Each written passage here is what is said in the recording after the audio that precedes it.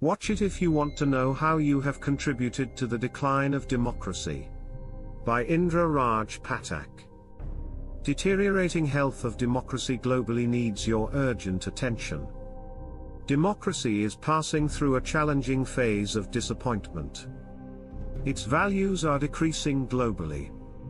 The right to elect leaders in free and honest elections, freedom of the press, and the rule of law are under threat. Worst of all, young people are losing faith and interest in the democratic scheme. In some countries, they have no memory. Indeed, many people feel uninspired to promote the idea of democracy. Growing indifference may lead to fatal consequences. Many of us are disappointed with the kind of speeches that dominate India's general elections. Our political class has made the elections a verbal contest. The propaganda of secular versus communal reaches its peak. And political candidates, irresponsible, and offensive narratives beyond party lines gain ground. Until the following statement, all had the intention of confusing the other. New blame, a new set of awkward remarks, and the latest controversy arose during the election. It should be enough to divert attention from the country's grave issues. Political leaders solve the problems of electricity, roads, and water in their speeches. Promises on these issues continue to remain unfulfilled.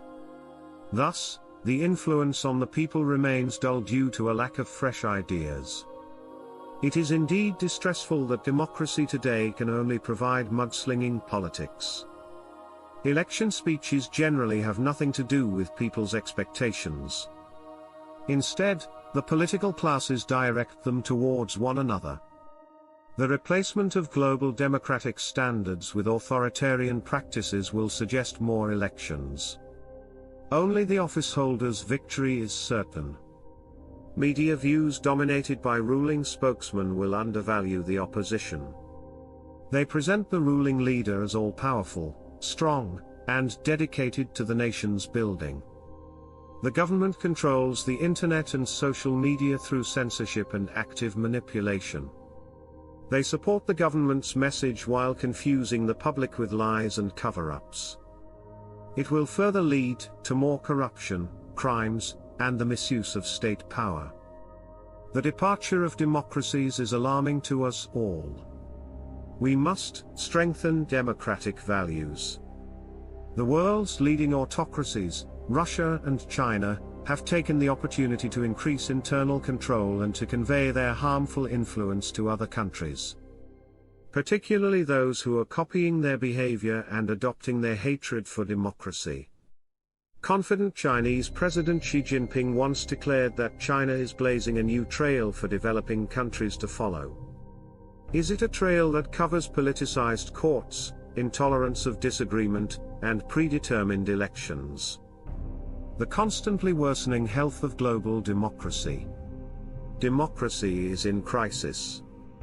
The values it represents, particularly the right to choose leaders in free and fair elections, freedom of the press, and the rule of law, are under assault, and in defense mode globally. Today, it is democracy that finds itself abused and diluted. A decade ago, Turkey and Hungary seemed like promising success stories as democracies. Now, Turkey and Hungary are sliding into authoritarian rule. The military in Myanmar, which began a limited democratic opening in 2010, it executed a shocking campaign of racial cleansing in 2017 and ignored international criticism of its actions. Meanwhile, the world's most powerful democracies are mired in unmanageable problems at home, including social and economic differences, terrorist attacks, and an inflow of refugees. In recent years, anger at political elites, economic dissatisfaction, and concern about rapid social changes have unduly increased. And they have fueled political uprisings worldwide. Anti-establishment leaders, parties, and movements have emerged on both the right and left of the political spectrum, challenging the fundamental norms and institutions of liberal democracy. As previous Pew Research Center surveys have illustrated, ideas at the core of liberal democracy remain popular among the global public. Still, commitment to democracy can nonetheless be weak. Many factors contribute to this lack of responsibility, including perceptions about how well democracy is working. Assessments of how well democracy is working vary across nations. In Europe, for example, more than 6 in 10 Swedes and the Dutch are satisfied with the current state of democracy. At the same time, large majorities in Italy, Spain, and Greece are dissatisfied. Why are people dissatisfied with democracy? Most people believe that elections don't make a difference, that politicians are dishonest and out of touch, and that the courts don't treat people properly. Economic conditions are correlated with democratic performance. Non-economic variables also have a significant effect. People's perceptions of how well democracy works in a country are linked to whether they believe their most basic rights are being maintained.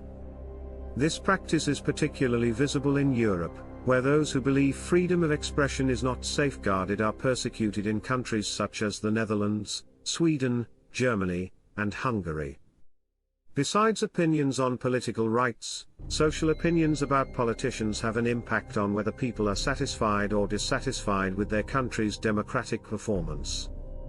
People who perceive politicians as indifferent and out of touch, for example, are dissatisfied. Unhappiness with how democracy is now functioning is more common among those who say that elected officials care what ordinary people think. Many people also believe that their country's officials are corrupt, and those who believe this are continuously more dissatisfied with how their democracy works. Why should you cast a ballot? People have become accustomed to thinking in economic terms in this material age. People believe that it is better to spend our knowledge and wisdom on more productive tasks than acquiring information and identifying political issues.